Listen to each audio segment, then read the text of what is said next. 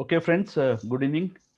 On behalf of Brand Club Ahmedabad, I welcome you all. Let me introduce very shortly about Brand Club Ahmedabad. Brand Club Ahmedabad is a club of and for like-minded individuals involved in the various facets of advertising and marketing communication. The mission of the club is to create forums and events to help its member improve its professional competencies, thereby raising the standard of advertising in the state. Gujarat, very interestingly, has given to the nation many great and admirable brands, and hence we felt that there is a need of an organized platform that encourages advertising and marketing communication area of business, and here it was. Brand Club Ahmedabad tries to constantly update and enrich the fraternity of Gujarat towards the betterment of communication and its professional at large. Brand Club Ahmedabad has been taking various fruitful initiatives, and today's session is one of those of its kind. When we talk about the topic about copywriting, I'll not take much time about copywriting because I got a stalwart from the industry who's going to speak on that. But I'll just briefly give you an idea about copywriting. Copywriting is a skill of choosing the right words and technique of arranging them smartly to promote business, product, service, idea, or a person. The selection of words and its presentation largely depends upon the objective, the media, and the target audience. I shall read some of the famous quotes on copywriting and I have tried to assemble them in sequence. By Leo Burnett, he said that make it simple, make it memorable, make it inviting to look at, make it fun to read. And when I say I made it in a sequence, the other stalwart, Elmore Leonard, says, if it sounds like writing, I'll rewrite it. In writing good advertising, it is necessary to put a mood into words and transfer that mood to the reader. Was very famously said by Helen Woodward, who was supposed to be the first female executive in advertising in US. When I write an advertisement, I don't want you to tell me that you find it creative. I want you to find it so interesting that you buy the product. Was very famously spoken by David Ogilvy. Probably the biggest thing or the biggest aha moment that I had with the process of copywriting was when I realized that copywriting was more than just being creative. I used to think, wow, let's come up with something great and wonderful. And I didn't start becoming successful in my own eyes until I said, no, no, my clients are not hiring me to be creative. They're hiring me to deliver a control. Was very famously quoted by Colin Cole, who was one of the youngest copywriter of the year 2015. So to dwell more about this subject, we at Brand Club Ahmedabad are honored to have a stalwart from the advertising industry, Mr. Pratap Suthan. I will briefly introduce. He doesn't need an introduction because while we were making our career in advertising, we heard about him. We had taken his references and learnt a lot from his work, which was there. But for the audience who may not be much aware of him, but I'll still try to introduce him. Pratap is one of the more reputed creative leaders in the Indian advertising industry. He has a credible and proven experience of almost 35 years and has led large multinational agencies including Grey Global and Shell Worldwide, nationally, regionally, and even globally. The work includes his very famous work includes Incredible India, which was for the Tourism India. Then we had India Shining, which was done at the time of India government. Next is What from Samsung Mobiles, BU from Jabong, and plus over 200 brands he has worked on. Essentially, consumer facing work between 2011 and 2012, he worked with iYogi, a global remote tech service company, as the chief creative officer. Post this assignment, he set up bang in the middle along with Mr. Naresh Gupta, a completely new kind of agency. He calls it a mutant, interestingly, one that keeps an idea at the core, interprets and adapts it across all media platforms, including traditional and new age media. He and his team now handles more than 25 clients, including Vivo Mobiles, Color Bar Cosmetics, Hindustan Coca-Cola Private Limited, Shantanu and Nikhil, Jovis, India Today, Aztak, etc. He has been on the Cannes Lions jury, won several national and international creative awards, and won the one only Euro FE ever won by Asia Pacific for creative work done for Incredible India. Today, we're extremely delighted and are really excited to have him with us. I'm sure that the participants shall take maximum benefit from the session and of course treasured it forever. Before I hand over to Pratap ji, I request the audience to mute their videos and mute their format, and there will be question answer round at the end. Pratap sir, all yours, and thank you once again for being with us at Brand Club Ahmedabad.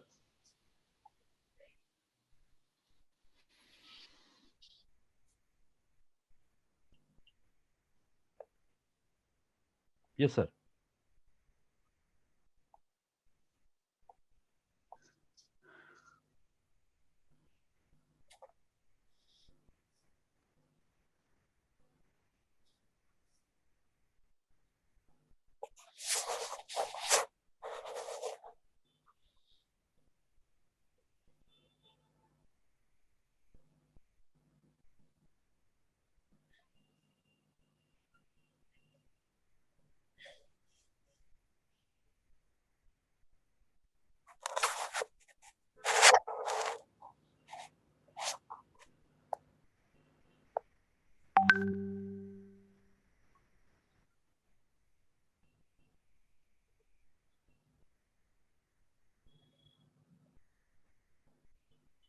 Sir, I think you are on mute.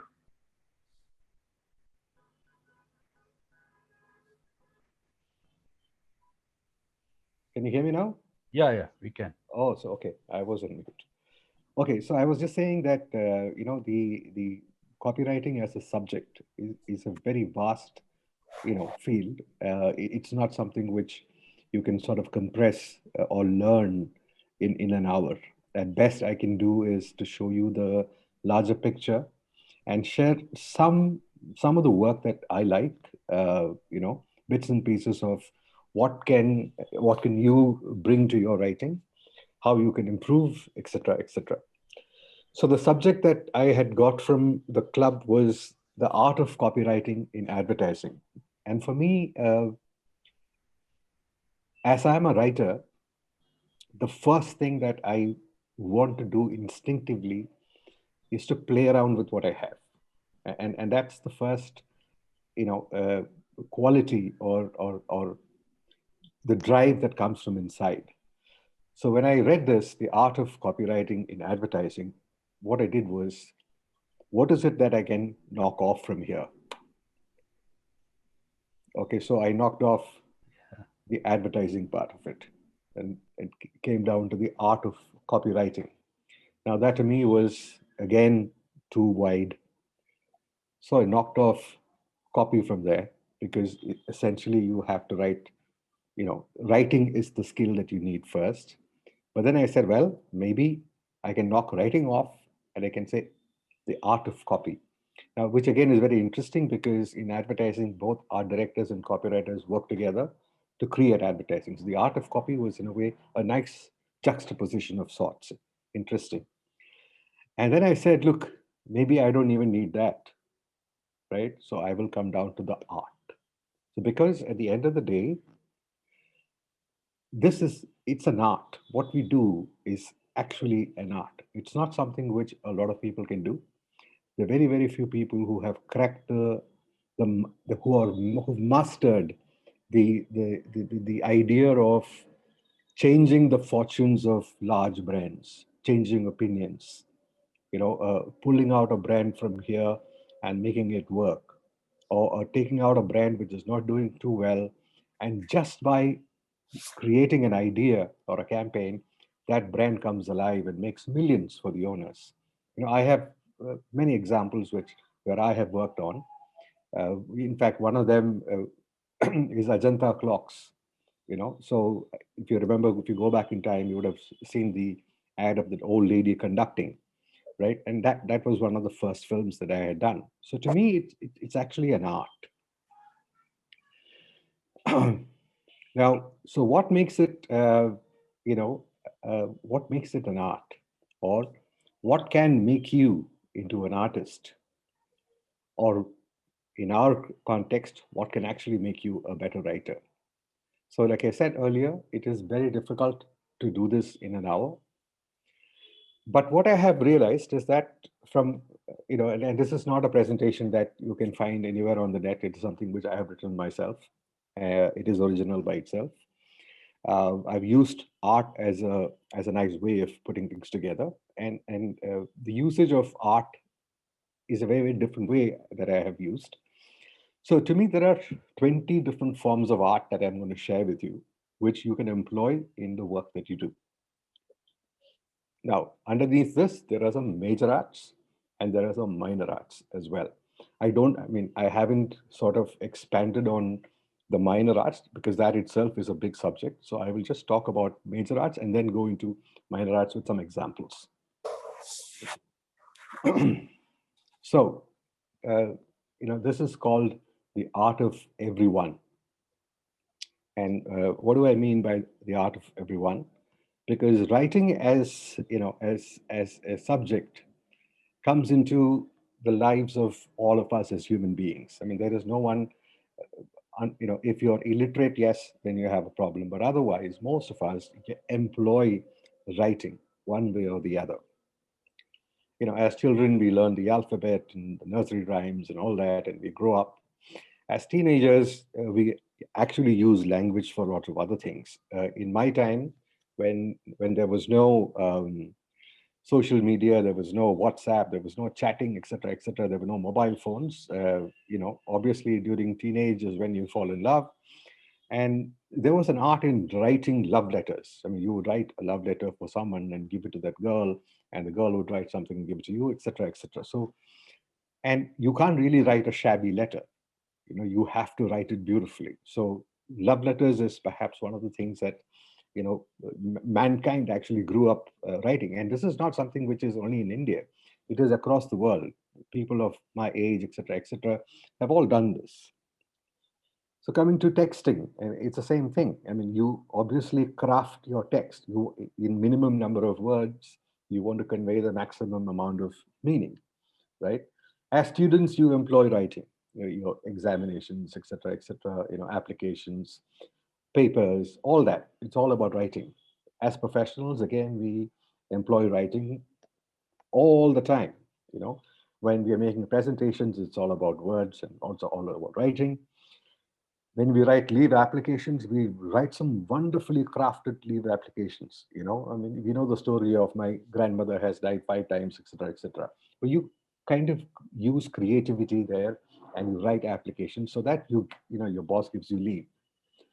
The amount of excuses that we do, even in at home, why were you late? You might have spent some time with your boyfriend or girlfriend, but then you have amazing excuses, right?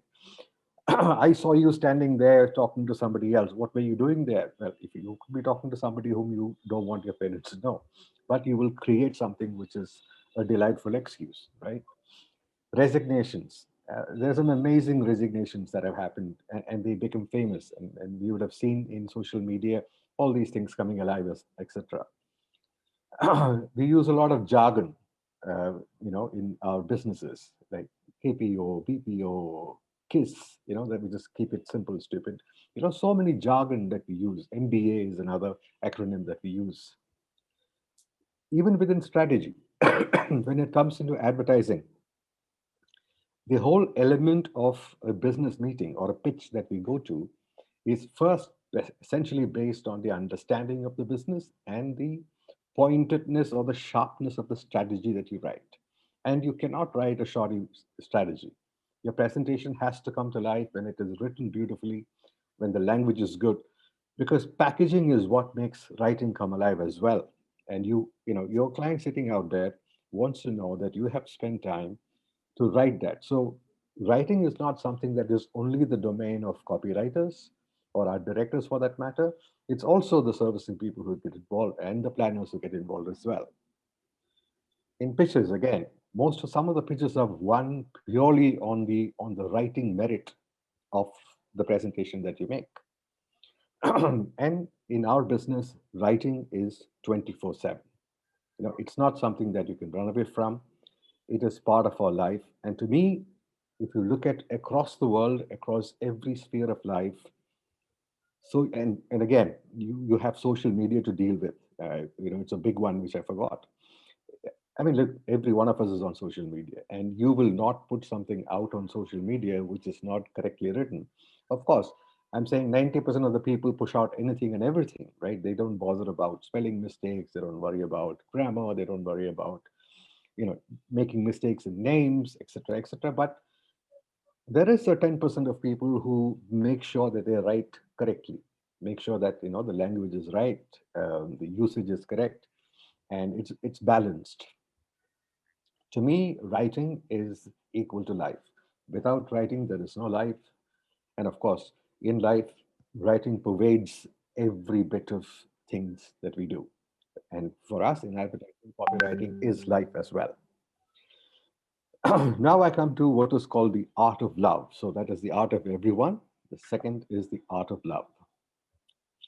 Now, as you can see, it's a rose on a lot of words. And in as many words as I want to say, you have to fall in love with words. If you want to be a writer, if you want to be a copywriter, you have to necessarily fall in love with words. And therefore, you also have to read, because what you produce is also the product of what you read, input and output, right? Which we learned in physics. The same thing. You have to put in a lot of stuff going inside. Without that, you will not have, you know, stuff coming out, because reading allows you to look at different styles. You know, different different authors have different kinds of way how they express things. Some are poetic, some are dramatic, some are thrilling, some are very plain. You know, there are different kinds of stuff out there to read. You know, your as long as you have read, you know, from the classics to the, you know, make sure that your the repertoire of stuff that you have within you, it is a product of what you have read and seen and experienced, etc., etc. Because without that, there is no way you can be a copywriter. So this is your food. This is the vitamin that needs to go inside. Reading all sorts of books, and it doesn't matter what you read. Now, when I say reading, it's not just books alone. I mean, there are newspapers, dictionaries can be read. There is so much of information in dictionaries. I know we have dictionaries on the app, you know, today, but that does not mean that you cannot explore the app. Classics, holy books like, you know, the Gita, the Quran, the Bible. There's so many parables, so many stories within it. I mean, novels, again, all sorts of novels, from cowboy to romance to everything. Magazines, all kinds of magazines, blogs, comics, albums. When I say albums, music albums. You remember the CDs and the DVDs you used to buy? There's lots of stuff written over there. Read that. Recipes, the different ways of making stuff. Because if you are getting into food advertising, you better know how to write a recipe out. You know, because there are some words which make a lot of sense, which are used by people who cook, etc. So you need to know that. Descriptions, you know, descriptions about social media posts, etc. That's something wonderful to read, because that explains a lot of things. Poetry, different kinds of stuff. Romance. We might think that romance is, you know, is something you can push aside, but it is not. I mean, look at Chetan Bhagat and, you know, a lot of other writers, people like that. They use a lot of stuff which is around the world of romance. Scripts, feature scripts, television, you know, serials, advertising, film scripts, travelogues, lyrics of songs. They're fantastic stuff. In fact, some of the headings of songs can be great headlines for your ads. The epics, don't Mahabharata and Ramayana, and even the Greek Iliad and stuff like that.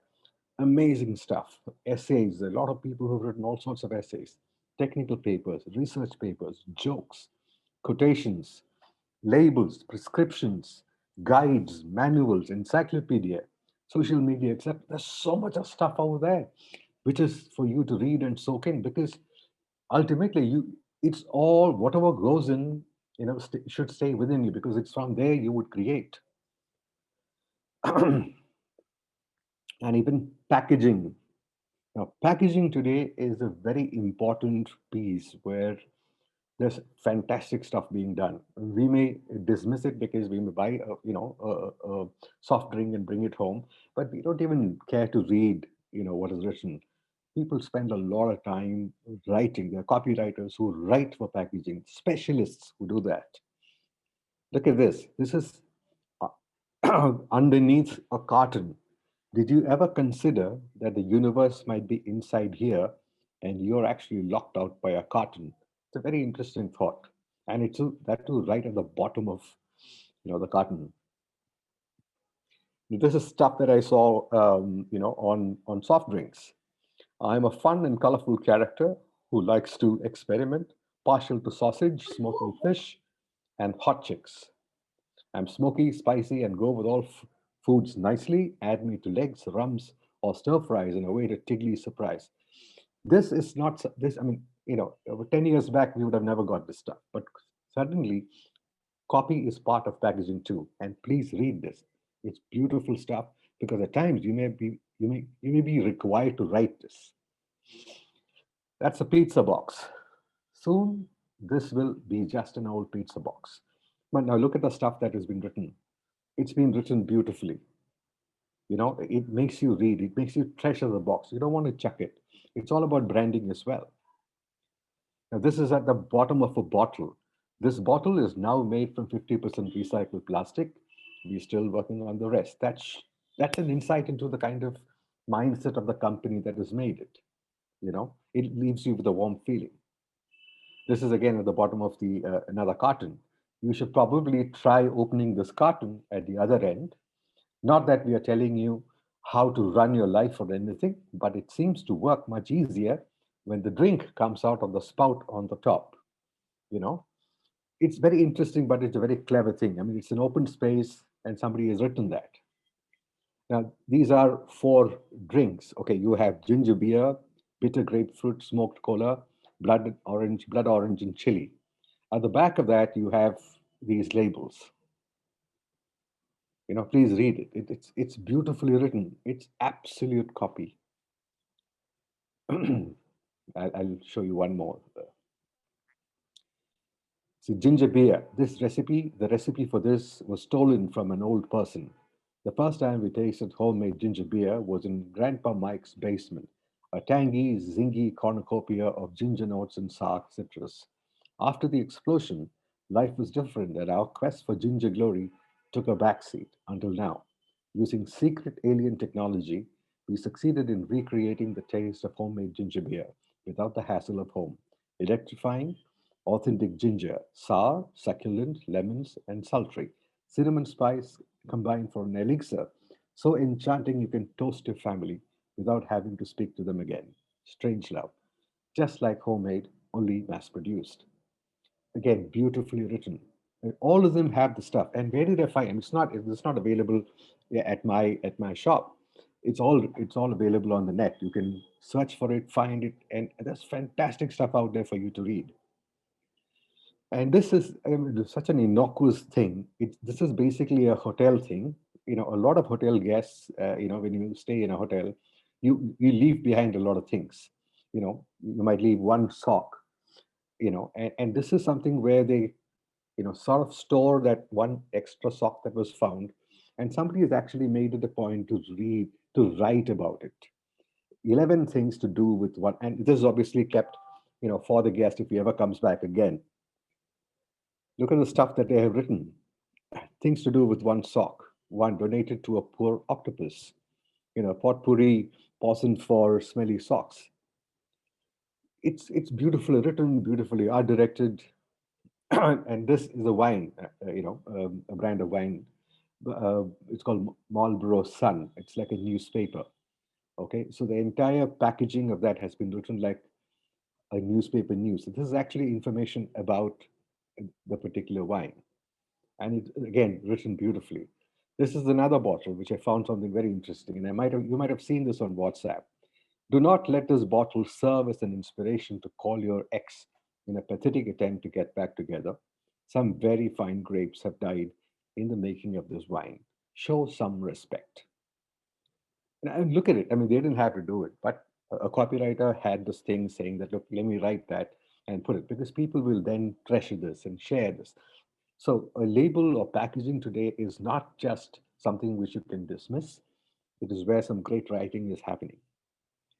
So everything is a canvas for a copywriter. So when I said about it's the art of love, so this is what it is. You have to want to write, and you also have to read because what you read is in what you produce as well. Then there is what is called the art of passion. So this, a whole lot of insects and bugs. In other words, in Hindi, we have a word for it. It's called kida. Okay, so you need to have that kida inside you to write. If you are not passionate about writing, then you can never create. You know, so I mean, for me, I have a kida to write, so I have to write something or the other, right? So every day I write a little bit of poetry and stuff like that. I also write a lot of other things along with my work, but it allows you to, one, practice, allows you to be in touch, allows you to sharpen, allows you to think of new ideas, fresh thoughts. You keep your system clean, and the more you accumulate, the more you write, the more smoother and faster you become. So you have to get the kida, create the kida, and you got to feed that kida. Okay, and you got to be completely greedy about it. And once you have that kida in you, what happens is it actually becomes a hobby. For me, writing is not work, or copywriting is not work. For me, it's a hobby, and a hobby that pays me well. So the way I look at it, I stopped going to work the first day I went to office. The first day I went to office, I realized this is what I enjoy the best. This is always what I wanted to do. And for me, that is the day I stopped going to work. And from that day onwards, I've just been having fun. And that is how you should look at writing as well. Then there is the art of collecting. And there are two kinds of things that you collect. Okay, collecting means accumulating things. So there is a natural way of accumulating things. And all that you write will be the result of everything that has touched you since your birth. So everything that you put out on a piece of paper and everything that you write will come through of the filter of what you have experienced all your years, since the time you were born, the songs that you have listened to, the food that you've eaten, the places that you've gone to, the people you've met, the sadness that you've had, the joys that you've had, the birthdays you celebrated, the fights that you had. So you are actually a composite whole of all the experiences that you have. And that is basically the factory from where your words come out. So for me, it has taken me 55 years of middle class living, coconut oil because I'm a Mallu, banana chips, avial, payasam, backwaters, fear of water, tea estates, deaths of my uncles, love of my parents, wives, Philadelphia. I lived in the US for a couple of years. Thousands of books, war comics, movies, the poetry of Wordsworth, Browning, Tennyson, Shakespeare, the music of Beatles, Led Zeppelin, Zappa, Purple, Bee Gees, Uriah Heep, Jethro Tull, Genesis, James Mayall, Santana, Old Monk Rum, Captain Monk Rum, one full marijuana joint, Wills, Benson and Hedges cigarettes, girlfriends, romance, love, marriage, fatherhood, cholesterol, a slight Malu accent, college Marxism, morbikes, and an occasional point of view, and a lot more to write what I present. So it's actually this cauldron, right? It's this cauldron that I have within me, and all the words that I pick up is from that cauldron. And that cauldron is influenced by all these things that I said and much more, right? So that's not just my life experience, that's part of my life experience. But there's so many other things that have happened. And everything that I create comes out from there. And to me, the way I look at a frog is not the same way you look at a frog. Because for me, one day I put on a pair of shoes and there was a frog sitting inside. Now from then on, for me, putting a pair of shoes on was a very, very different thing, because then I had to make sure that I pick it up, I look at it, I look inside. If it is dark, I flash a torch into it. For me, this guy changed my life.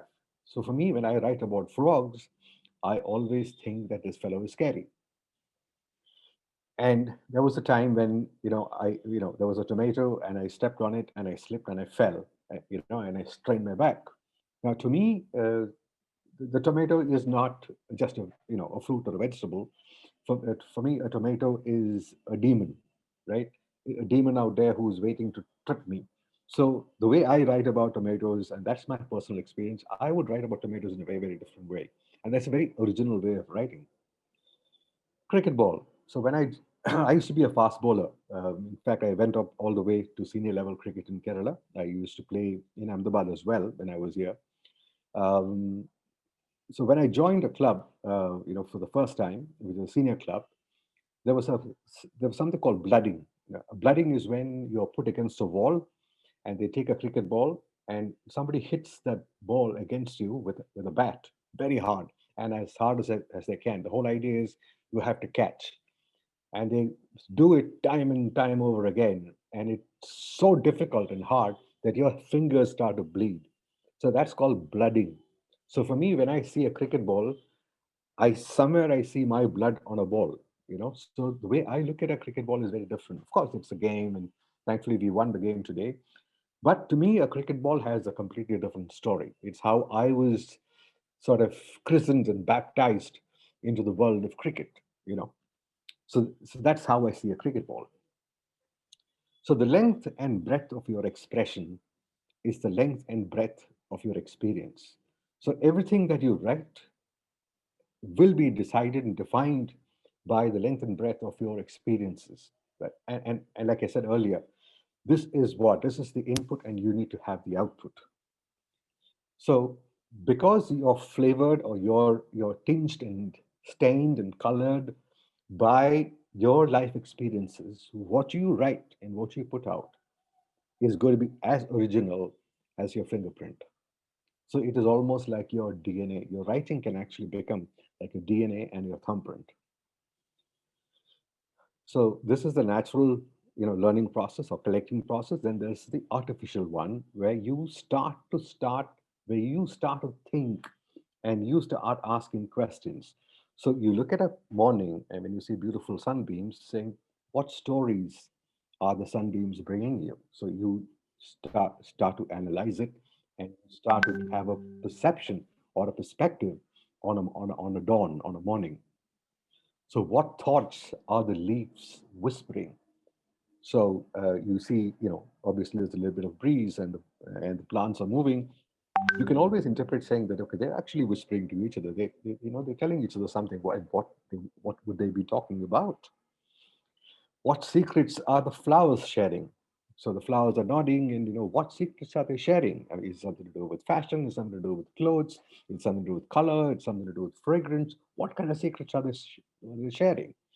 What are the rocks plotting? So the cold rocks sitting out there, what are they plotting? I mean, obviously these don't have life, but this is how you start to imagine and create a lot of stuff inside you, because that is what you need. What are the shadows hiding? We all know shadows, are bereft of light. So, therefore, what are they hiding? What darkness are they hiding? What blackness are they hiding? What evil are they hiding? What race is the river running? We know the river runs, but what race is it running? Is it running the human race? Is it running the natural race? Is it running the race of time? What is it running? I mean, you can interpret it, you can create. This is how poetry happens. This is how different perspectives happen. And this is, like I said, this is artificial. You have to start asking these questions. And what pain is the wind howling? Why is the wind howling? Is it hurt? Did somebody crack his head? Did somebody twist his arm? Did somebody break his fingers? Why is the wind howling? And what kind of howl is he making? So essentially, you got to ask. You know, so keep asking questions, and of course, you will get ridiculous answers. But that is what makes creativity, right? Because suddenly you will get new perspectives. Now, the way I see it, inside you need to have this reservoir. There's this lake, a large body of experiences that you have gained by natural process or artificial process, and you're sloshing in. And every day you have to be sitting out there and you'll be fishing. You'll be fishing for new ideas. Words are the fish caught from inside your own lake. So the words that you create are not borrowed, they're not bought from the market. They are fish which are sloshing and plopping inside the lake within you. So you are the reservoir and you need to bring that out. Now then, you have what is called the art of listening. Now, when I say this, art of listening, don't forget, you, in advertising, you write to a plethora of people, right? You will be writing to older couples who are, like we say, in the autumn of their years. These are 80 plus, 90 plus people, right? They have finished their, active lives. Now they're gently at the edge of going away, so to say. So you have to write to them. So how would you empathize with them? How do you talk to them? What sort of language should I use? It is not the same language you use to address or talk to a young mother. Okay, she is bubbly, she's full of hope, she's full of optimism, right? If you're selling something to this woman, the language you use is going to be very different. The same way, the language you would use to new brides to sell jewelry is again very, very different. You have to listen to that person's hopes and dreams and their lives and what they see and what they want. And that is not how you would speak to sportsmen or professionals, cyclists for that matter, because their whole thing is about the wind and how much energy can you sustain and save, how much water should I drink. The kind of language you would use to them, to write ads to them or sell products to them is very, very different. Again, it's the same, it's very different if when you start selling natural food, or diet food, or a diet restaurant. The language you use is going to be about freshness, about greens, about natural, about being good for the body, good for the ecology, good for the environment, and good for yourself, like antioxidants and all that kind of stuff. The language you use is going to be very different when you're selling to, let's say, somebody who's overweight. The language you can't obviously insult that person, because the moment you start insulting that person is not going to buy anything from you. You have to get into that person's shoes, and you have to empathize. You have to listen to his problems and his thoughts and her thoughts, all that. Now, if you're selling something to a soldier, you use a very, very different. I mean, if you're recruiting to the Indian Army, to the Indian Air Force, or to the Indian Navy, the kind of language you use would be patriotism and pride and valor and courage and guts and, the ability to go to different places to defend the country. That language is very different. That the tone of that language is going to be very, very different. Essentially, you have to you have to jump from one person to another person to another person. Split personality. That is what. So advertising or copywriting pays you to be a schizophrenic, and you're a split personality. And of course, it comes naturally, right? It's not something that will mess up your head, but that is, you cannot use the same language to address all audiences. So think about that. And there is the art of camouflage that comes in, which is essentially adapting into different persona. Okay, so when you're so you have to talk to different audiences, but then you also have to talk to or talk for different products. Now, supposing you have to, imagine you're 25, you have lots of hair, and if you're a woman, you have hair till your hips, and thick and black and lustrous and shiny and all that. But then you have to write an ad, for a wig maker. So you have to address bald people, and the language you would use for them is very different, right?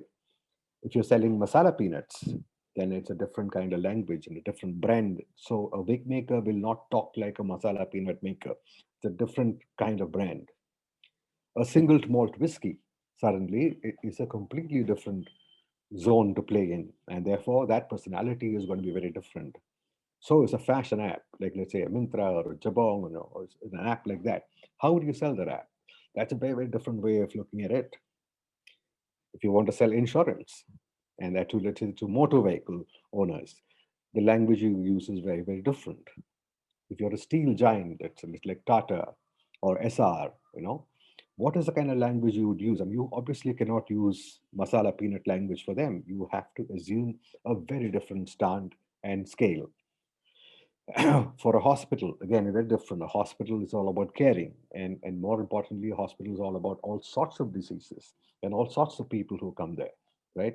What sort of language and tone and tenor would you take? An airline, Same thing, you fly a lot, all kinds of people, but then you're all about efficiency, you're all about comfort, you're all about being punctual, right? And Indigo talks a very, very different language versus Indian Airlines or Spice, Air India or Spice. If it's a cab app, right? Uber or Ola or something like that, that's again a very, very different kind of language you would use. Now, if you talk about shoes, and that too, in shoes itself, there are multiple different kinds of shoes. Okay, so talking for shoes is one way of doing it. But then, if you're talking to, let's say, you're selling women's formal shoes, the language you use is very different. Men's formal shoes, the language suddenly changes. If you're selling children's shoes, language changes. If you're selling middle class shoes, okay, the language changes. If you're selling very high quality leather, bespoke Italian shoes, language takes a very, very different slant. You're selling moccasins for that matter, or boat, the boat shoes. Very, very different language, like Timberland for that matter. Very, very different kind of shoes. Very different. And again, sports. And sports again has got multiple. You don't talk to tennis players the same way you would talk to cricketers, or you would talk to weightlifters or javelin throwers, right? Or runners for that matter. Fashion, again, same thing, different kind of style. If you're selling luxury products, very different way of talking. If you're selling adventure shoes, very different way of talking. If you're selling medical shoes, let's say like Dr. Scholl's for that matter, it's therapeutic. It's made for a certain medical problem that you have. The language you employ, therefore, would be very, very different. Boots, especially in winter, a lot of people wear boots. Their style is very different, the way you talk. Pro sports, right? If you're into Formula One racing, or let's say badminton or tennis at the top end, what language would you talk? I mean, you can't even figure out the kind of mindset that those people would have, because they would be at a very, very different high. So you have to change. So essentially, you have to use different kinds of pencils in your box to write different kinds of stuff. So as a copywriter, you need to have a repertoire of writing styles, because every brand is a personality. So I don't talk like you don't talk like your neighbor doesn't talk like that person's neighbor, right? All of us look different. I look different. I have my own face, my own system, my own way. I look very different, which is why all our photographs look different, right? You have a face you can identify. You can have a voice that you can identify. Tomorrow, if I have a different voice, my friends will say, look, there's something wrong with you. The same way, every brand needs to have its own language, its own tone, and it's all in the hands of the copywriter. So that is an art, don't forget. So you can't be just a chameleon. You have to camouflage, and you have to have adopt the color of the brand that you are in. So keep changing your colors, but leave your original color behind. Then there is the art of clay. So, so that's the art of clay, and clay, much like can be molded. So for me, language is like clay,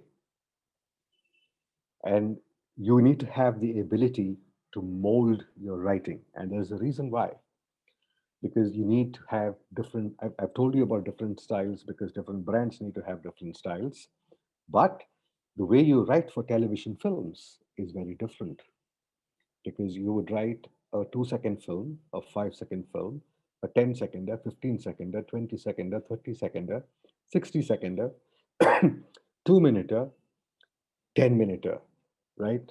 Now, I want you to listen to watch this film. How would you even write? There are hardly any words in there, but yet this is a copywriter's film.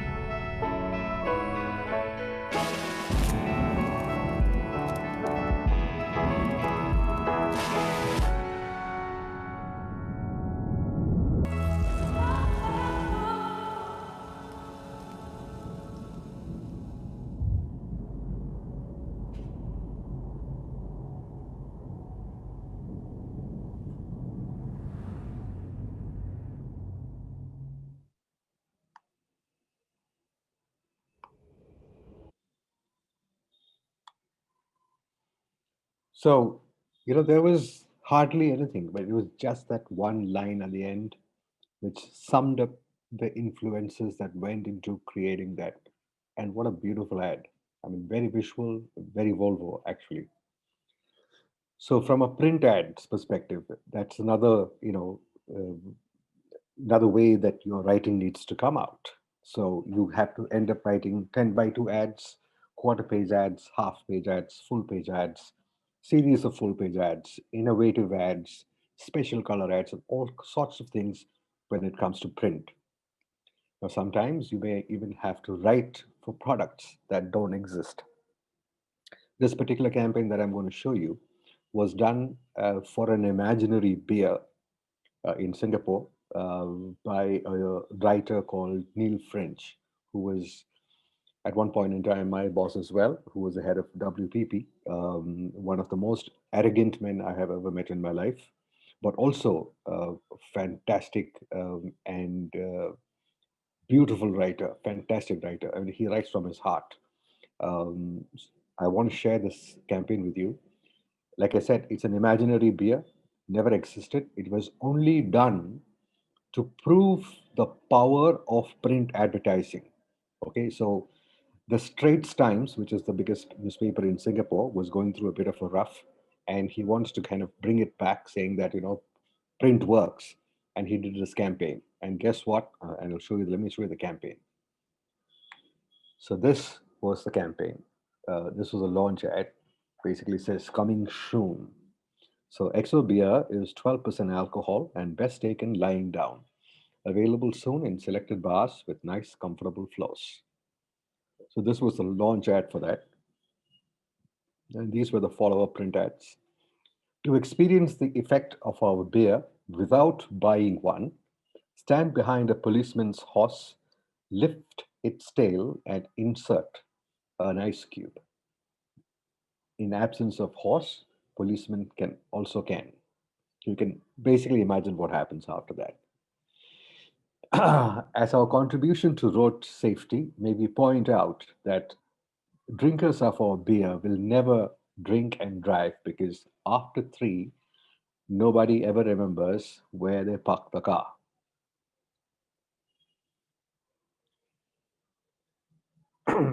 Like being struck behind the ear with a sockful of wet sand, only nicer, slightly.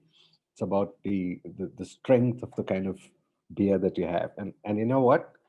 While obviously everybody you know searched for this beer, the beer was imaginary, and it so happened that it was so popular that somebody actually introduced this beer.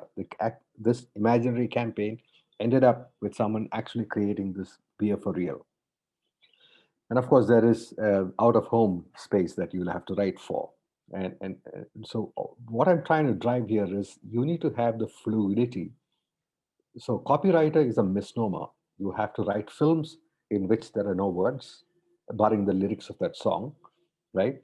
You have to use writing to create. There's an idea in it about the imaginary beer and outdoor space. And this is one of the most powerful ads for Volvo which was ever written. This was a hoarding and a print ad as well. If the welding isn't strong enough, the car will fall on the writer. And this was real, and that's actually David Abbott who was lying there. And he was the writer. This is our own Gilvey's Asian Paints campaign. Every color has a story. So this is a pink story, like an icicle of sorts. That's chocolate bitten off, chocolate shade. Every color has a story. That's outdoor. So the back seat is no safer, belt up. So can you imagine it's like a catapult? So they have actually added stuff into the outdoor medium to bring the idea alive. So that again is a creation of, obviously the copywriter's idea, but made possible by the Overwatch company as well. Now this is again tremendous. It's for a gym. And look at the scale of the idea of the ad and what they've done with the scaffolding and the cranes. Right? It's almost like an exercise thing. It's called Powerhouse Gym. There are about 3 or 4 uh, hoardings in this, where they've actually used ambient, stuff to build and create this. So this is again what a copywriter is supposed to do.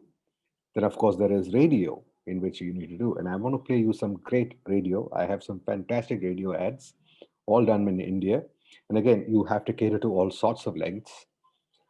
Listen to the first one. Boyfriend से मिलने निकली सुषमा ने radio पे घटिया add सुना और उसका दिमाग भिन्न आ गया। लेट खुद हुई, डांट मजनू को दिया। लेने नहीं आ सकता था तू मुझे, दुसू। मजनू ने भी कह दिया ब्रेक ऑफ। गुस्सियाई सुषमा ने जब अपनी गाड़ी भगाई तो पुलिस वाला चलान बुक के साथ सामने आ गया। मैडम अब तो कटेगा। चलान और नाक कटी सुषमा रोती बिलखती गाड़ी को और तेज भगाने लगी। भगाते भगाते वो एक कमजोर पेड़ से जा टकराया। गाड़ी में डेंट पड़ा और पेड़ चल बसा। इससे ग्लोब में वार्मिंग बढ़ा और एंटार्क्टिका में गबरू और बिट्टू नाम की 2 पेंगुइन की डेथ हो गई। सब एक घटिया एड के चक्कर में, है ना? मतलब अगर एड अच्छा होता तो पेंगुइन भी बच जाती और सुषमा भी। ऐसे अच्छे एड्स को फिर से सम्मानित करने आ गया है मिर्ची कान अवार्ड्स, ताकि सुषमा गाड़ी ठोके नहीं और पेंगुइन मरे नहीं। अधिक जानकारी के लिए radiomirchi.com पर लॉग ऑन करें। I mean, look at the beauty of writing. This is a copywriter's delight. This is obviously crafted its best, translated again into the local idiom of sorts. Boyfriend से मिलने निकले। Yeah, here the next one.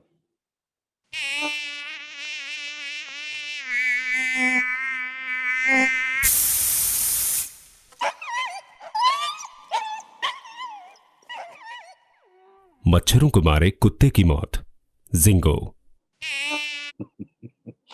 So along with all this, along with television, radio, outdoor, print, as a copywriter, you need to be able to write brochures, annual reports, catalogs, stationery, that is business cards, and there are business cards with a lot of ideas in it as well. I'm sure you have seen visiting cards and letterheads, envelopes, flyers, danglers, posters, then point of sale material, events. You need to create ideas for events, you know, exhibitions, merchandise, pop up stores, in store displays, toys, packaging, much like the packaging we saw earlier, labels, signage, activation, street drama. If you have to take, to advertise for, let's say, like UNICEF or something like that, and you have to take it to, let's say, the smaller, lesser known villages of Bihar and Uttar Pradesh, Chhattisgarh, etc., a lot of street dramas are done, and that are created by copywriters. Short films, speeches for the head of marketing, speeches for the head of a political party, speeches for, I have done it, so I know.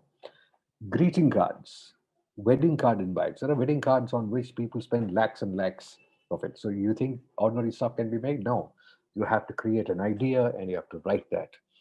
Gifts and then direct mail. Direct mail obviously is kind of dying down, but again, these are areas where a copywriter comes in, and you cannot use the same kind of writing for a film and merchandise. They're very, very different. So you need to have different styles of writing, and a copywriter needs to have all this inside. And then, of course, there is social media and all the posts and gifs and animation and this and all that we do, and of course digital with banners and templates and this, and websites and all kinds of things. So the amount of writing opportunity or amount of writing media that is available there for us is immense. So a copywriter needs to have the skill, the dexterity to write across all this, because you never know. You might be in an agency and you might be thinking that, okay, I have to do only 1 and 2, but then a new client will come, will say, look, I need 3, 4, and 7, and somebody else will come and say 14, 15, and 18. So therefore, you can't say, look, I can't write it. You're supposed to write it. So you have to develop that skill. So that is another art. So like I said, social and digital is a completely different world of its own, but it is part of our lives today and you can't escape it. So to do this, you can only do one thing. You have to write every day. So you can write a long piece on on what the flowers whispered or whatever, but keep writing. keep sharpening yourself. I do this every day personally. I have a page on Facebook and on Instagram called Beyond Layouts. I write a small little poem every day at 6:15 in the morning, and I've been doing that for the last almost 6 years now. Every day, 6:15 a.m. Right? Some of you, I'm sure, follow me and have seen my work. But if you don't, take a look. This is what I do. I mean, this is out and beyond layouts. Is layout is a very advertising term, and this is actually beyond that. So I can operate in spaces where I want to operate, not where my brands need to operate. So I think these are the major arts of it. Okay, then these are the minor arts that I'm coming to. So I can actually speak on this as well for long, but I think I'll just skip these through. So minor arts, or what can you bring into, what are the other things that you can bring into your writing? That's the art of GQ, or general knowledge. Okay, you need to know about the world, about nature, about all sorts of things. The more you know, the better it is. So this film is, according to me, created by somebody who took something out of his geography class and put it in.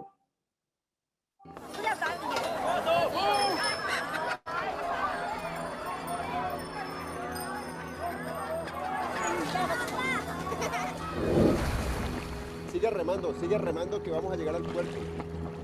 Pero bueno, dale, ¿qué estás haciendo?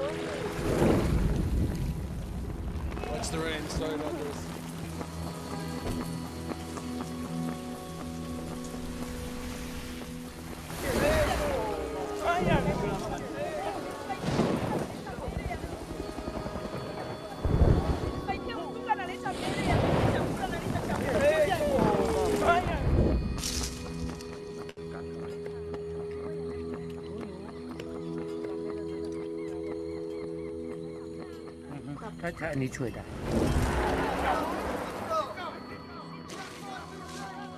A discovery from Land Rover, the most well-traveled vehicles on Earth. So you've actually taken the idea of rotation of the Earth. You know, I really don't know how the camera went, but they've imported that idea from geography class and used it for this brand. And what a marvelous film. You know, it tells you the story of what, Then there is the art of color. Of course, all of us have seen, ads dealing in color and clothes, etc., etc. But take a look at what this commercial, and you will see color and sound in a very, very different way. Okay.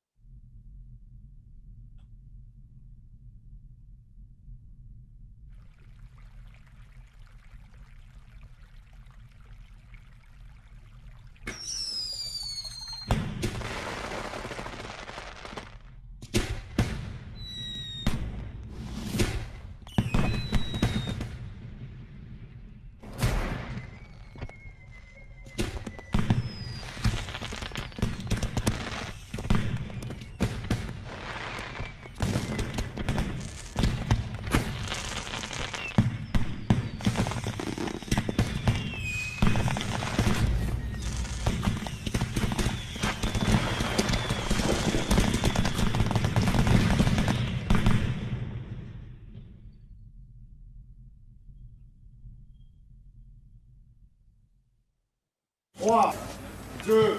Is that beautiful? Superb. Yeah, it's fantastic. Yeah, Isn't it? This is actually truly Diwali, actually. You know, it's got color and it's got sound. And this was done with real flowers. I mean, in fact, the second part of that film was the actual making of it. It takes another 10 minutes, which I won't show it. Then the art of special effects. Okay, we all have used special effects, but you can always import special effects in very different ways. This is a film which you may not have seen, but from Coca-Cola.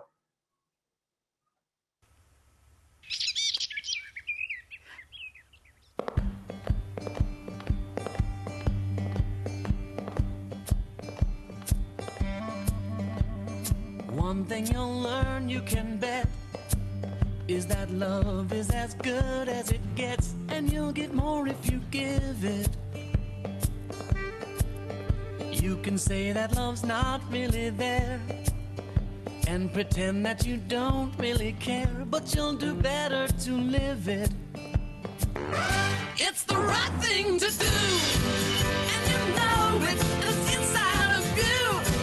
So just show it, love is the truth, and it's inside of you. Ba, ba, ba, ba, ba. It's the right thing to do.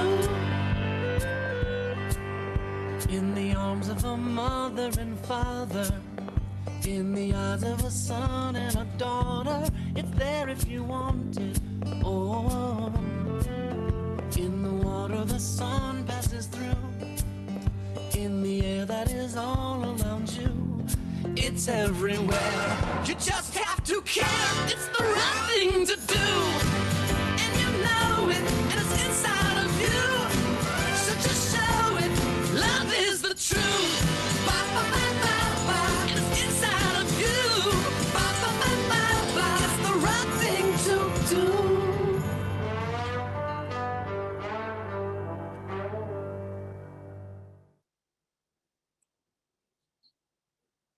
So the reason why I showed that was, we all use special effects, but special effects is something which has no limit.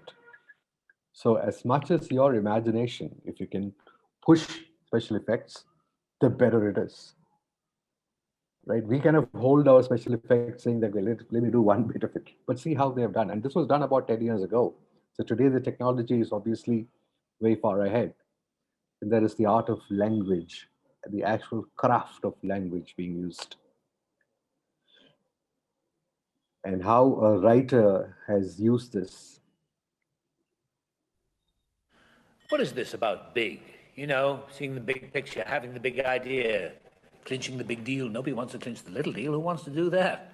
You'd be a little deal clincher, a small shot. You know, when you go and get a burger, you want a Big Mac. You go to the fun fair, you ride Big Dipper. You turn on TV and you see Big Bird, or you're afraid of the big bad wolf. When I was growing up, I wanted to be the big man. I never wanted to be the little man. Even the little man wanted to be the big man. When you go to America, you want to go to the Big Apple, not the Little Apple. When I get up in the morning, I want a big breakfast. I want my girlfriend to say, "Good morning, big boy," to which I'll reply, "I've got a big day today, big meeting with the big chiefs from a big studio. It's a big time for the big bucks." And she'll turn to me, rolling her big blue eyes, and say, "Big head." I'll retort, "What's the big deal?" and give her a big kiss. I'll get into my big car, set off into the big wide world. She'll give me a big wave, close the door of our big house, look in the mirror and ask herself, "Does my bum look big in this?"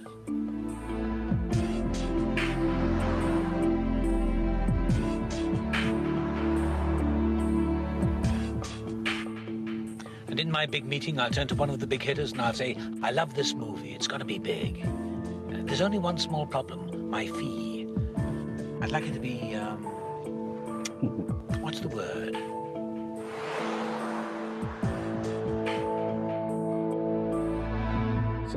So that's the language, the skill of a writer, how he is played with the word. What is this about Here's big? one more. Kobe taught us to be better. Don't cheat me. Push it. Wake up every single day to get better today than you were yesterday. Whatever it takes. Better dreamer. Better waker. Better stretcher. Better walker. Better talker.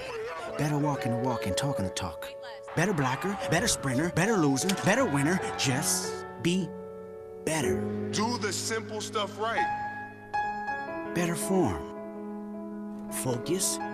Better friend. Better fighter. Better rider. Better eater. Better leader. Better generation. Better nation. Just be better. Can you do that? Let's go. Back at it.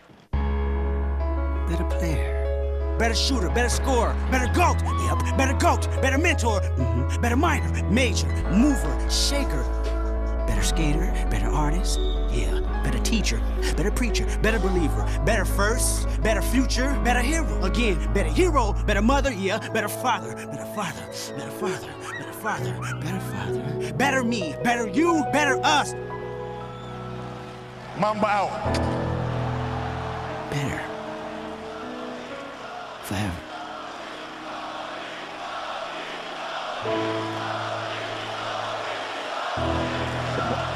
that was a tribute to him after he passed away recently. But see how the writing is. It's poetic and it's evocative and it makes you, get goosebumps and you feel sad. You know what I mean? It is fantastic. And it's also the way it is said, the delivery. So as you write, you also have to imagine how that person is going to read it out and say it out. And that is what sort of decides the, the how you put it out in words. And you have to say that in the mirror 100 times before you get convinced about it. And the art of simplicity.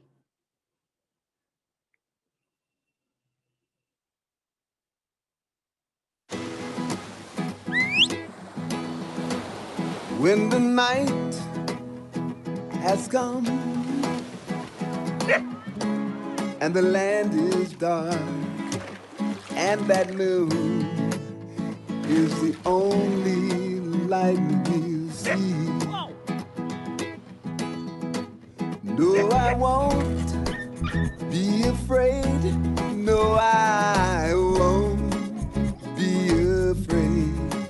Just as long as you stand by me.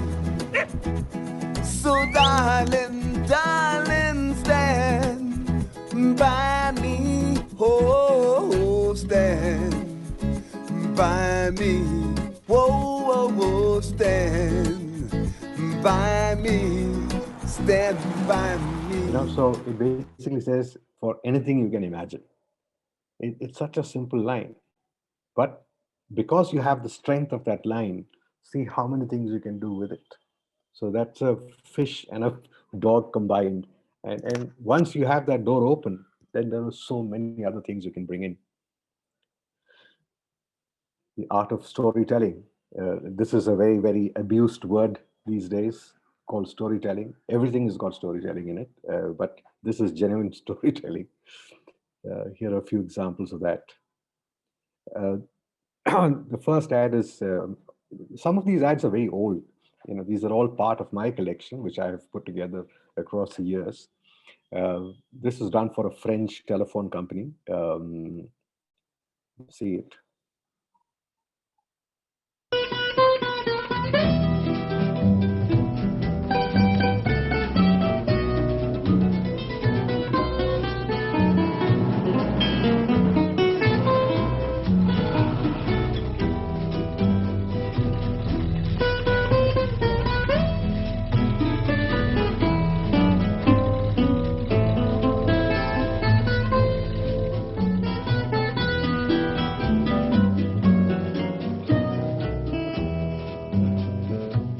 ¿Qué te importa que te ame si tú no me quieres ya?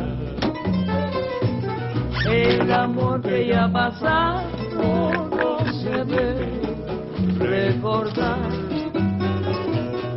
Fui la ilusión de tu vida. ¡Hey, Ramón!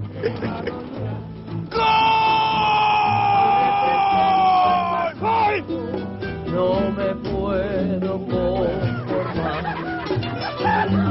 Hoy represento el pasado.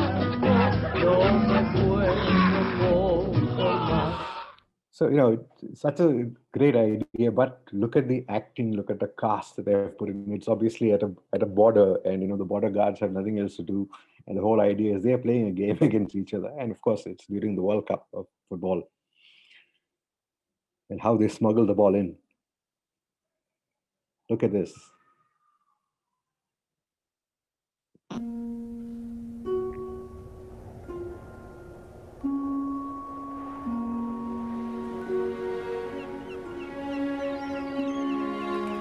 The cloud came from the sea.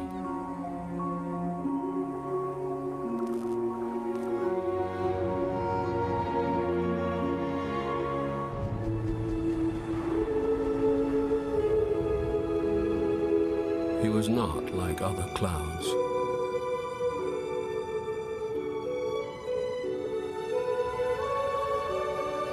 The wind could not command him.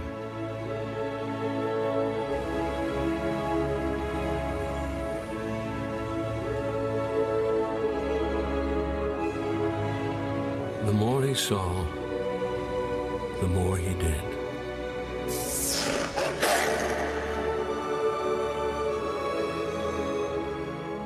And the more he did, the more he became.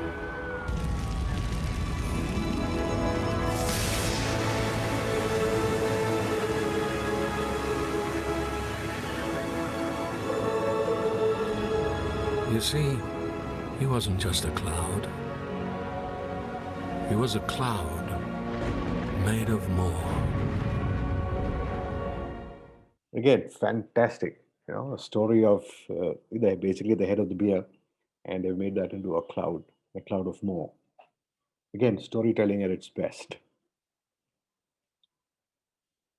Sorry. There's one more film.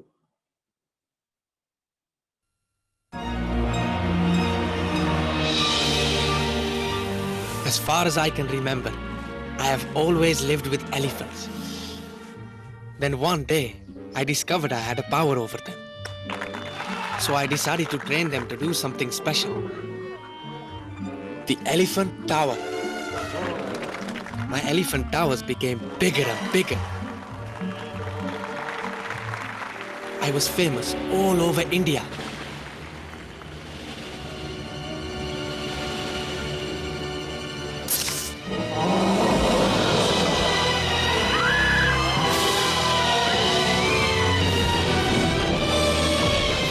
But I was wrong about those animals. Elephants were not a good idea.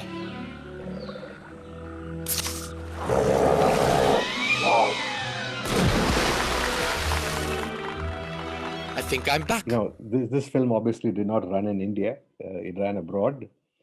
But it was made by an Indian, a chap called Tarsim Singh, who's one of the finest advertising directors in the world. Not many of us in India know about him, but he's a magician. And there is The Art of Empathy.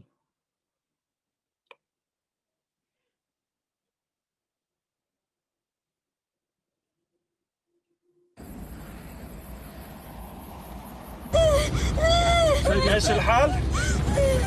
موجوعة كتير. بعرف يا قلبي، بعرف وحياة الله بعرف. يلا بس انت بطل، ما هيك؟ ها؟ يقبرني البطل. انت جاي يا ماما. جاي يا قلبي، جاي وحياتك جاي، هلا بتوصل. هيا زاري، وين رايحين؟ لوين؟ رايحين لمطرح ما خلقتك. عن جد؟ ايه وحياتك رح اشيل لك الوجع كله يا قلبي.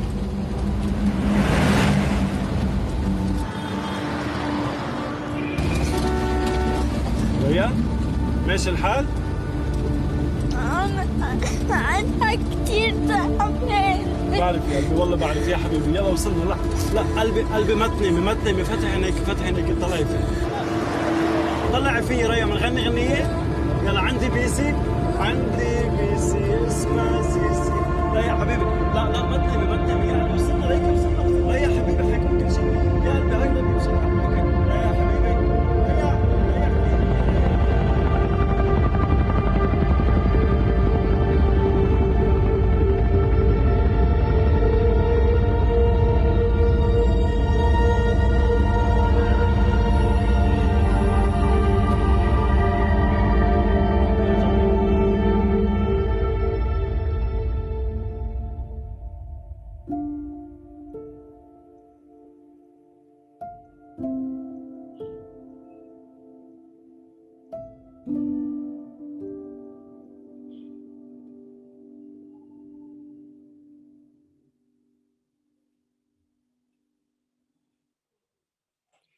Does that touch you or not?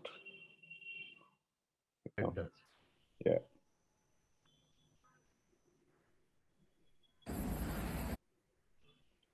The art of the unsaid. In a lot of advertising, you don't have to complete the story, because the rest of the story happens inside your head. So this is something which is on that small little film.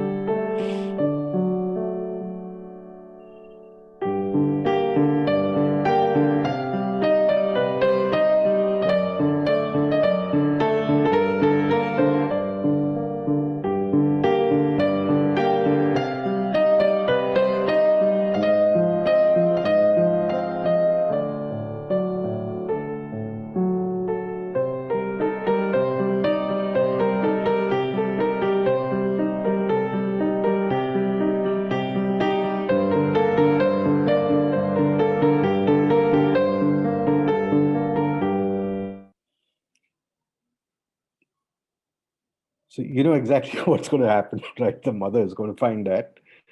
So Young Directors Awards.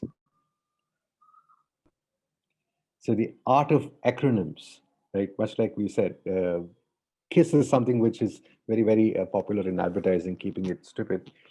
Keep it simple, stupid. But there are also acronyms within advertising that we use, like PSPO. You remember the Orient PSPO, right? That was something which I was associated with long time back. But this is a more complicated one, and see how they have done that. Hello. We've now devised a way to help people better remember our catchy new ticket buying acronym BATBGOBSTOPPL. BATBYGOBSTOPL.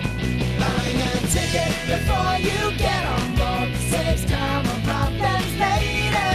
That's BATBGOBSTOPPL, BATBGOBSTOPPL, yeah! And just look for the big blue Metcard sign. It's the catchy ticket buying acronym. The catchy ticket buying acronym. Remember! BATBYGOBSTOPL. That's BATBGOBSTOPPL, BATBGOBSTOPPL, yeah! That's right, BATBGOBSTOPPL, the catchy new ticket buying acronym that stands for buying a ticket before you get on board saves time or problems later. And look for the big blue Metcard sign. Metlink, enjoy the ride. Groove. That's Australian humor at its best. The art of the bizarre. So this is something which you'll have to follow it. It's a very interesting thing. It is actually made for a tablet. Okay, see how they have done it.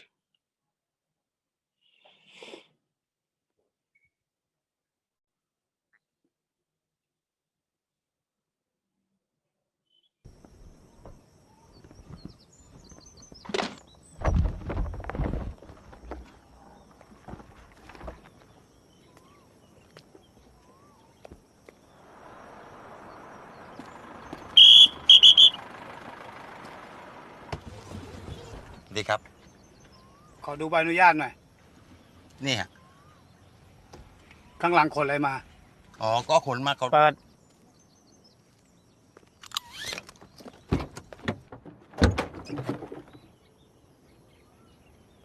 มันทั้งนั้นเลยมาจากไหนมาจากปากครับแล้วจะไปไหนไปภู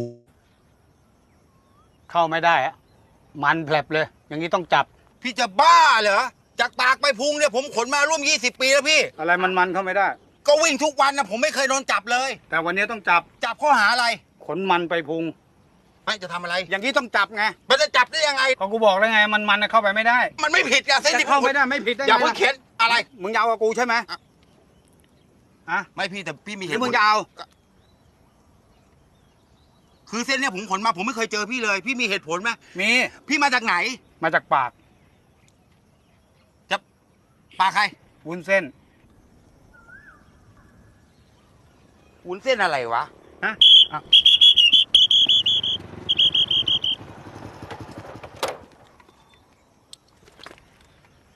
จะไปไหนเนี่ยไปต้นขาครับเปิดดิ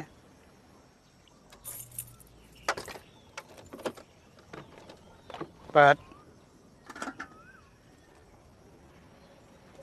น้ำมันทั้งนั้นเลยเอาก็น้ำมันไงพี่เอาเข้าไปไม่ได้พี่จะบ้าเหรอไม่เอาเข้าผมจะขี่ไปไงต้องจับอะไรมันนี่เข้าไปไม่ได้ใช่มันเทศไม่ได้มันแก้วไม่ได้สับปะรดอ่ะได้มันสับปะหลังไม่ได้แห้วได้ช้างได้มาฮะงงไหมไม่งงควาย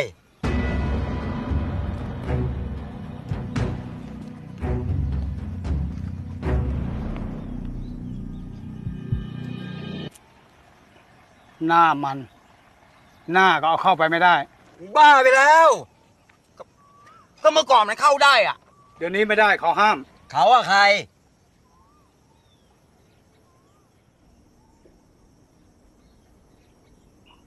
ไม่พี่อะใครไข่โตซานใครวะไข่โตซานไข่โตซานในผลิตภัณฑ์เสริมอาหารชัวร์จากเวอรีนา ช่วยในการดักจับไขมัน โฆษณาใช่ไหม ใช่ อ๋อ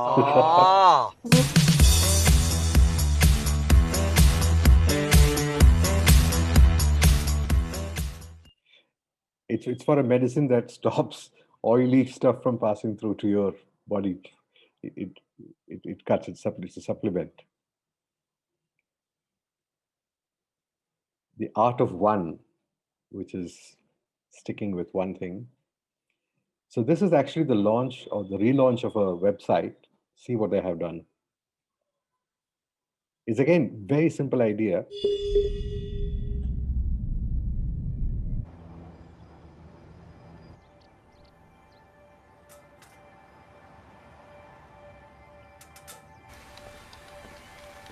Roger, we got a roll program. Roger, roll. Roll is complete and the pitch is programmed. World Wide Web launch conditions optimal. Hypertext transfer protocols. Check. Checking response styles. Vitesse de chargement optimisée. Invio dei dati al server. Update packets. You are a go for staging. Проверка 16-ричного кода цвета. Hex color code check. Double foxtrot, double foxtrot, double foxtrot. We're web safe. T-minus 45 seconds to launch. Load size 512.9 kilobyte. Checking body copy. Complete. Ascender count 386. Descender count 417. Font check. Complete. T-minus 30 seconds to launch. And then he's a parsing cascading style sheet. Parsing hypertext markup language protocols. Opération terminée. Generating metadata. Recebendo dados. Completo. Image upload. 38%. Echo link. Fox Delta 0. Echo Charlie 7. We're go for countdown. 8, 7, 6, 5, 3, 2, 1.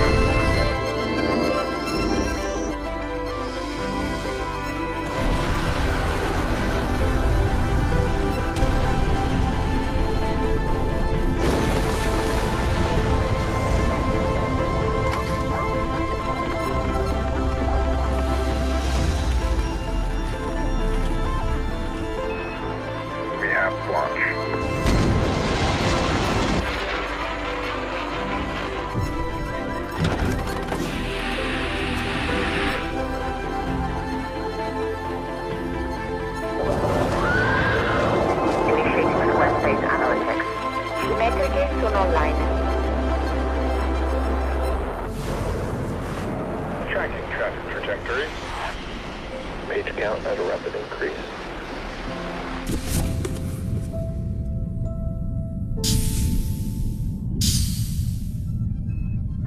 You're looking good out there.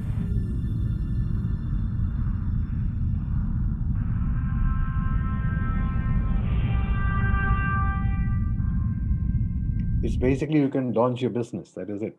So they took on the word launch and made it dramatic. So that's the power of single word and the art of wit.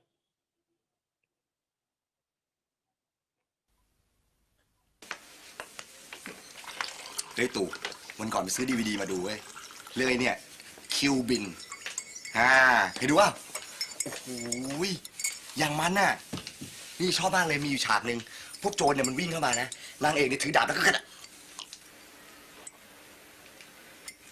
โอดเข้าไปสิ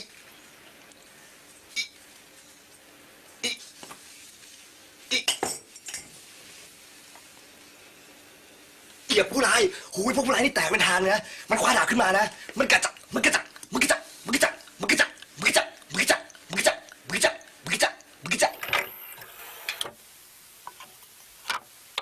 โซเคน DVD เล่นแผ่นไม่สะดุด Basically, if you remember, the DVDs used to get stuck, right? So this particular DVD player does not get stuck. So see how they made that idea. It's a multiple Cannes Award winner, this entire series. The Art of Sacrifice. This is print, actually. So if you look at it, 1.5 million children die every year from drinking polluted water. So it's actually a water drop, but they have just inverted it. So it looks like an atomic explosion. It's basically a water drop turned the other way around. Extremely simple. Basically, two different graphics coming together, fish and birds and crocodiles. This is a zoo in Argentina. This is Indian for Hot Wheels. You know, that small toy that we have. So they basically reduced it down to road level.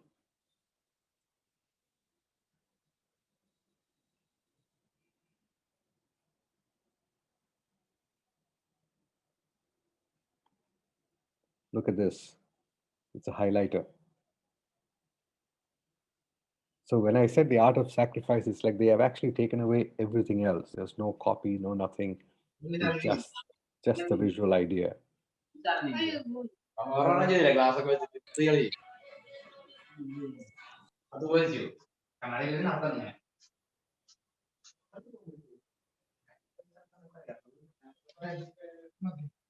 Thank you. So this is for a yogurt.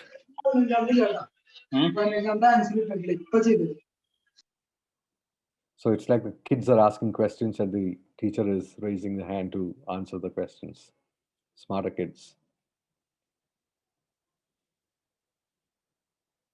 So you can see nobody is really bothered with the television.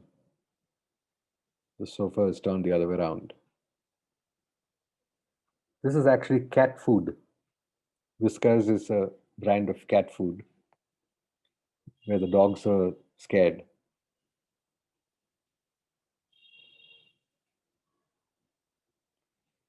This was a campaign that I handled many years ago.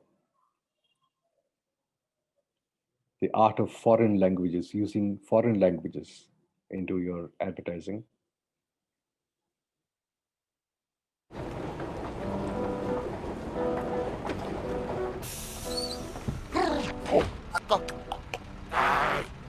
Sorry? I don't understand. Excuse me.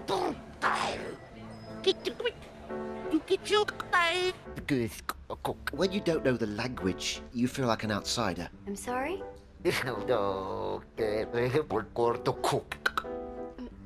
you like a towel? It can get pretty lonely, even when you're surrounded by people. Shampoo? Hairdryer. It's like that old saying, isn't it? You could be in a crowded room, but still feel totally alone. Sorry. But with Babbel, you could be having conversations before you know it. Sandwich. Do you have a cheese sandwich? Of course, there were a few bumps along the way. Small hills, really. He's that close to my face. And then he suddenly stops and just walks away.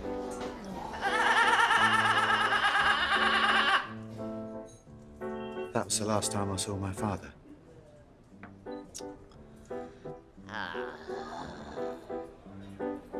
But before you know it, you'll be able to chat with everyone. Morning, Marta. Hey, Alex. I think I'll have the chocolate cheesecake, please. Yes. I'm having a cheat day. Don't tell anyone. It's our secret. Hi, James. Alexei. You're running early today. First time for everything.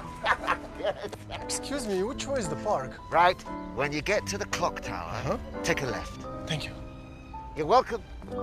Thank Have a great day at the park.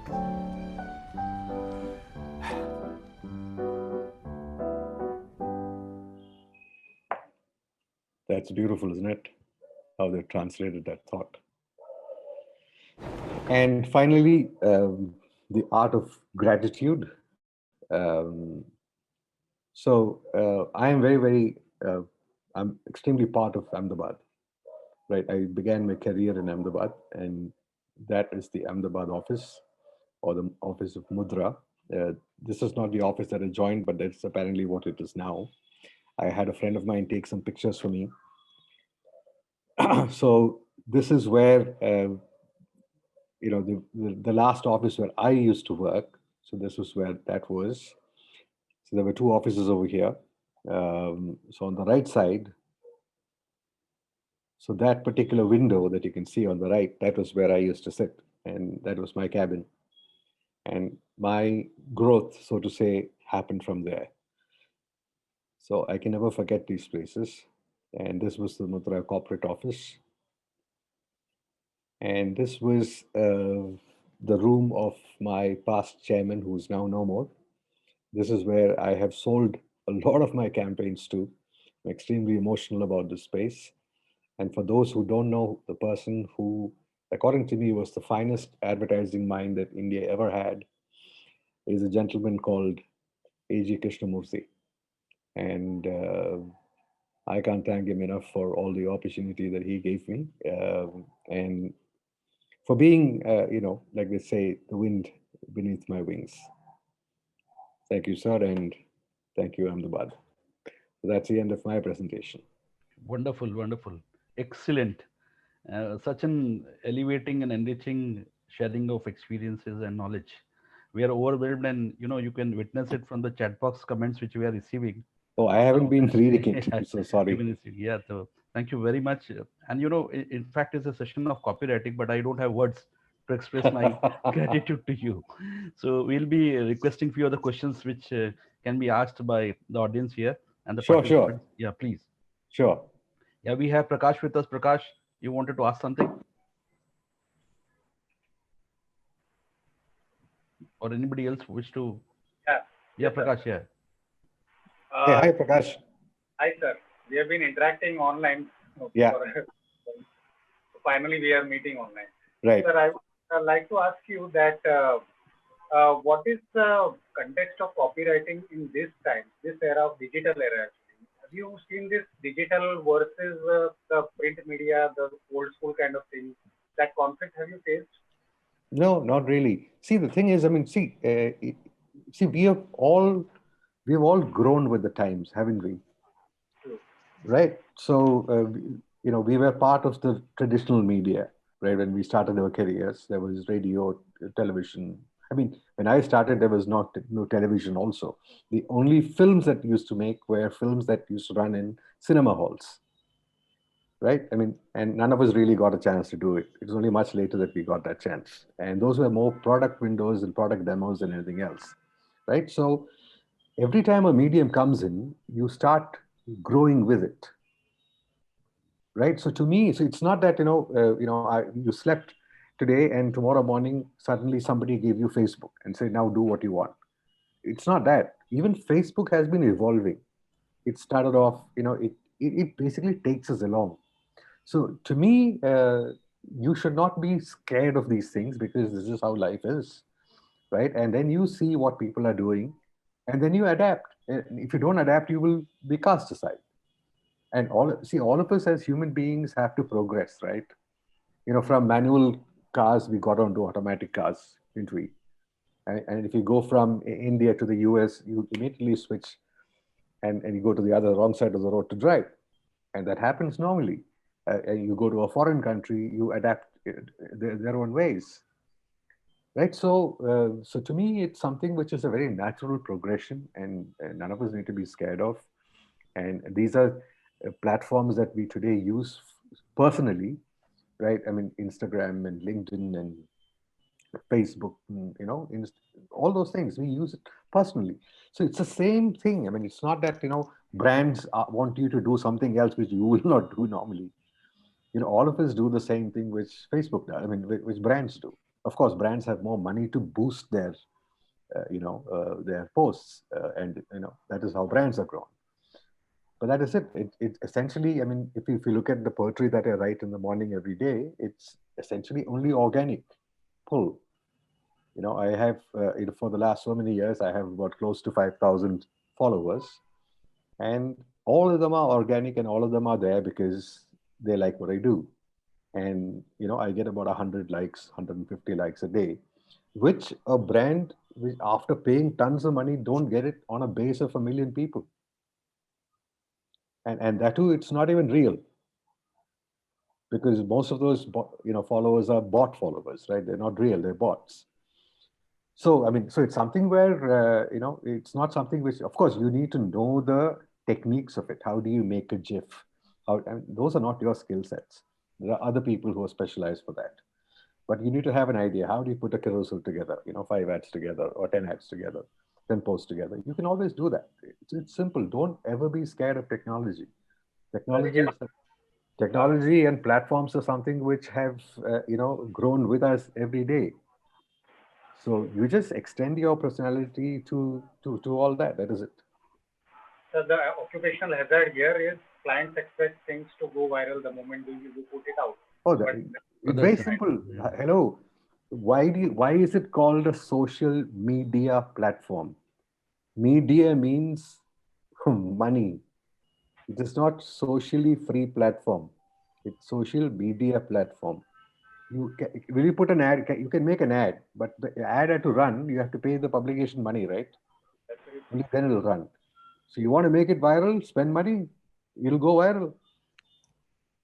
Exactly. So see, zero. Facebook allows you, any platform for that matter, gives you zero organic traction. You have to spend money. If you don't spend money, it's not going to go viral. Unless, of course, you have the original video of Mahatma Gandhi being shot. Then it goes organically viral. Because that's something rare. You know what I mean? Somebody, let's say Kamala Harris speaking in Tamil will go viral because all of us like the idea of an Indian being in the White House, in the American government. So those are, to me, exceptions. That's what. The moment a brand comes in, it is very difficult.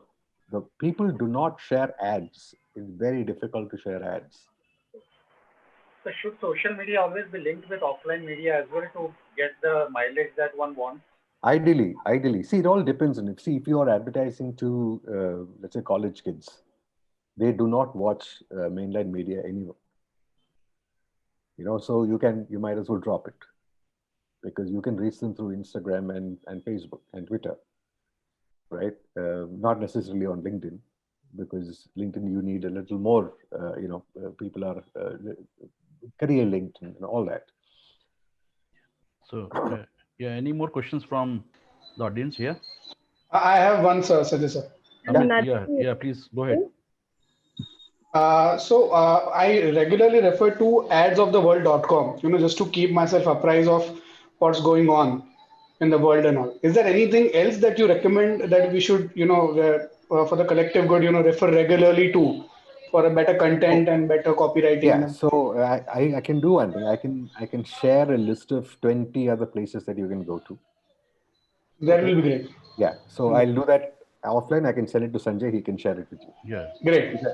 And sorry, I'm just being slightly greedy. I'm from the client side, right?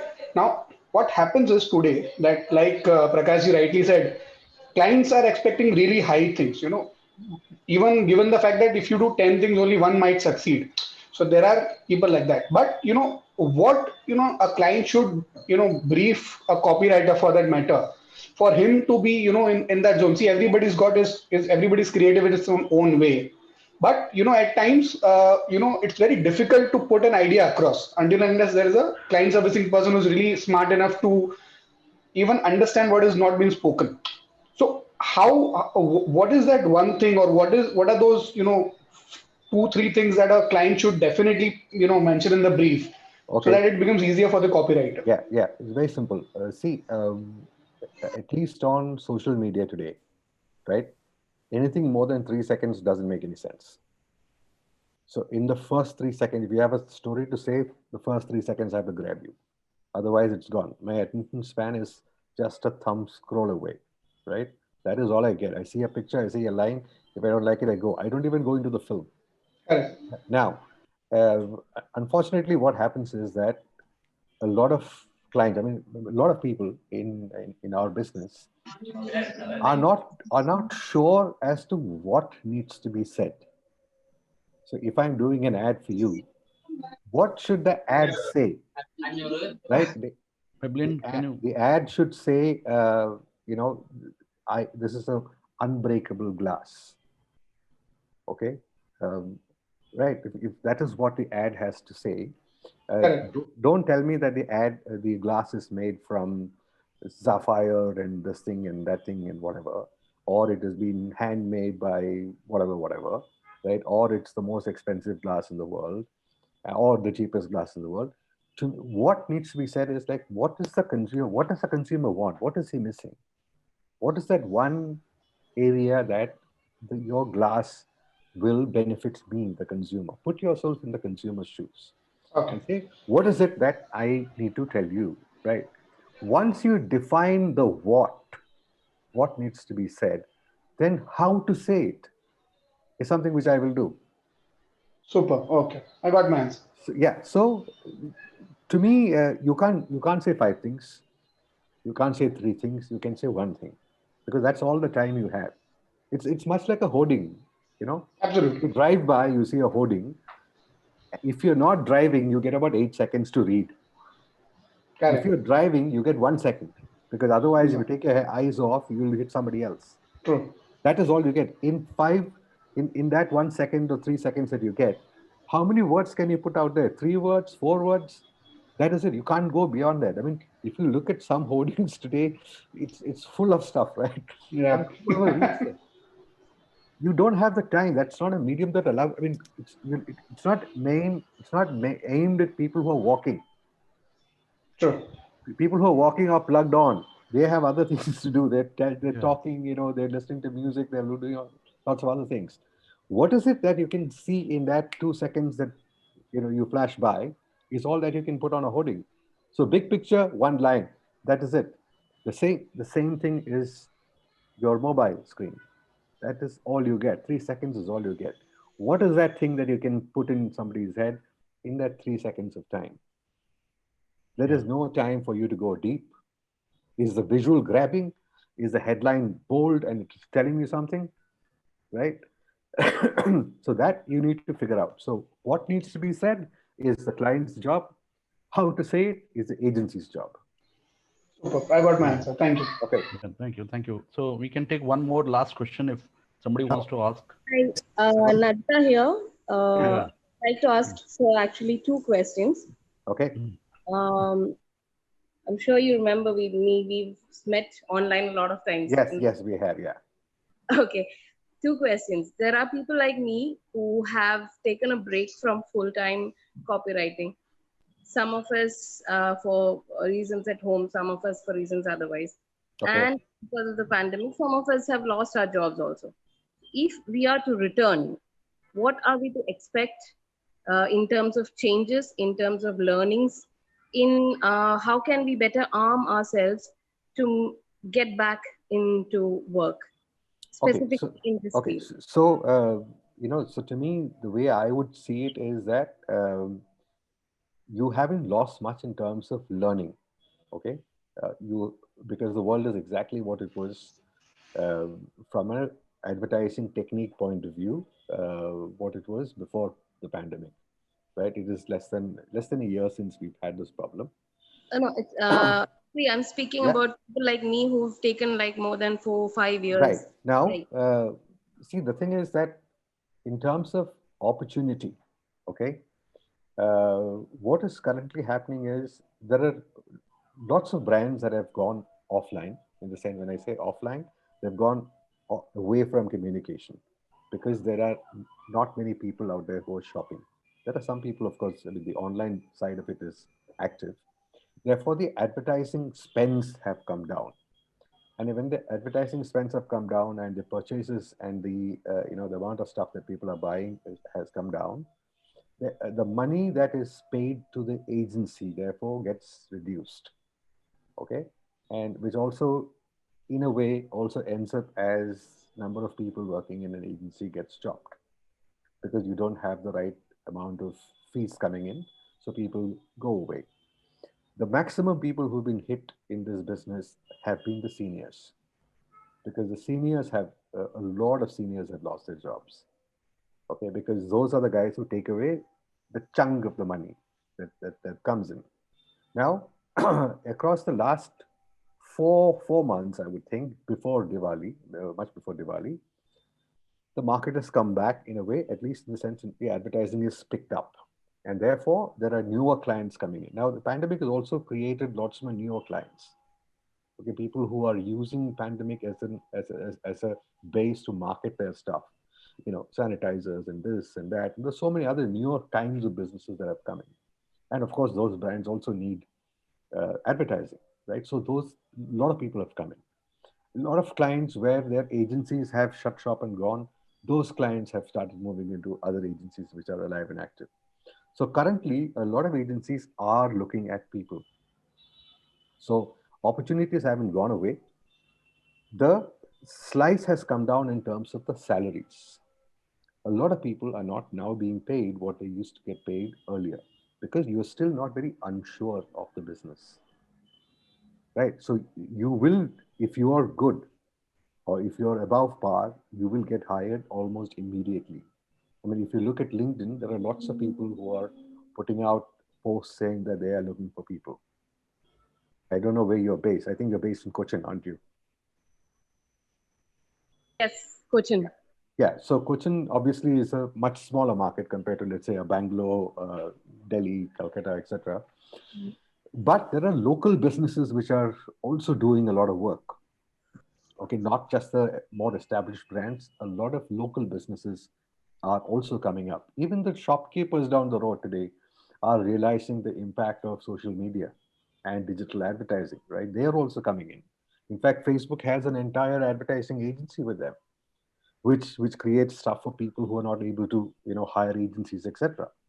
Right? So a lot of stuff is currently happening. So while a lot of top-heavy jobs have gone, middle level is coming back in, and lower levels are coming back in. So I don't think you should have a problem at all. No, sir. My question was learnings, as in, what about specific courses or a specific? Is there any certifications or any such things? Look, as an agency head and as a copywriter and a creative director, looking after some people, I never look at certifications at all. I never look at certificates. I never look at education. I look at what you can bring.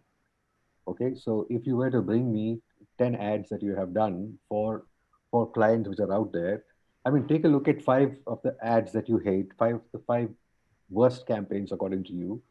You redo them the way you want, and you take a mainline campaign and adapt it into an online campaign and say, this is how a social media campaign for this would have looked like. You come and show me that. That's all I need. I don't need certification. Look, I am I'm purely on the creative side, right? If you're talking about digital media and understanding analytics and data crunching and machine learning and AI, I can't speak on their behalf. I can talk about pure understanding of issues out there and how do you translate that into creative solutions. That I can give you. And I need people who have different points of view. And for that, their creativity needs to come through to me. That is what I want to see. I am not bothered about whether you got the first rank in some exam or you got some certificate from some shady institute in Nagpur or Pune or Indore or whatever. I don't care. As long as I'm concerned, I need to know that you can translate a brief into compelling creative. That is all I need. Yeah. Thank you, sir. And thank you, audience, for your active participation and making this event very successful. On behalf of Brand Club Ahmedabad, we express our heartiest thanks to you, sir, for the valuable contribution made by providing us your valuable time from your very tight schedule. Very welcome. And we sign off today with a request of you visiting again with your ocean of knowledge and sprinkles few drops on us. Sure, definitely. Thank you very much. And we'll be sending the links to the participants here who can provide their valuable feedback so that we can improvise and we can take our learnings from you. Right. Thank you very much for being there. Thank you, sir, once again. Very welcome. From the bottom of my heart. Very welcome. Yeah. Thank you. Thank you so much. Yeah.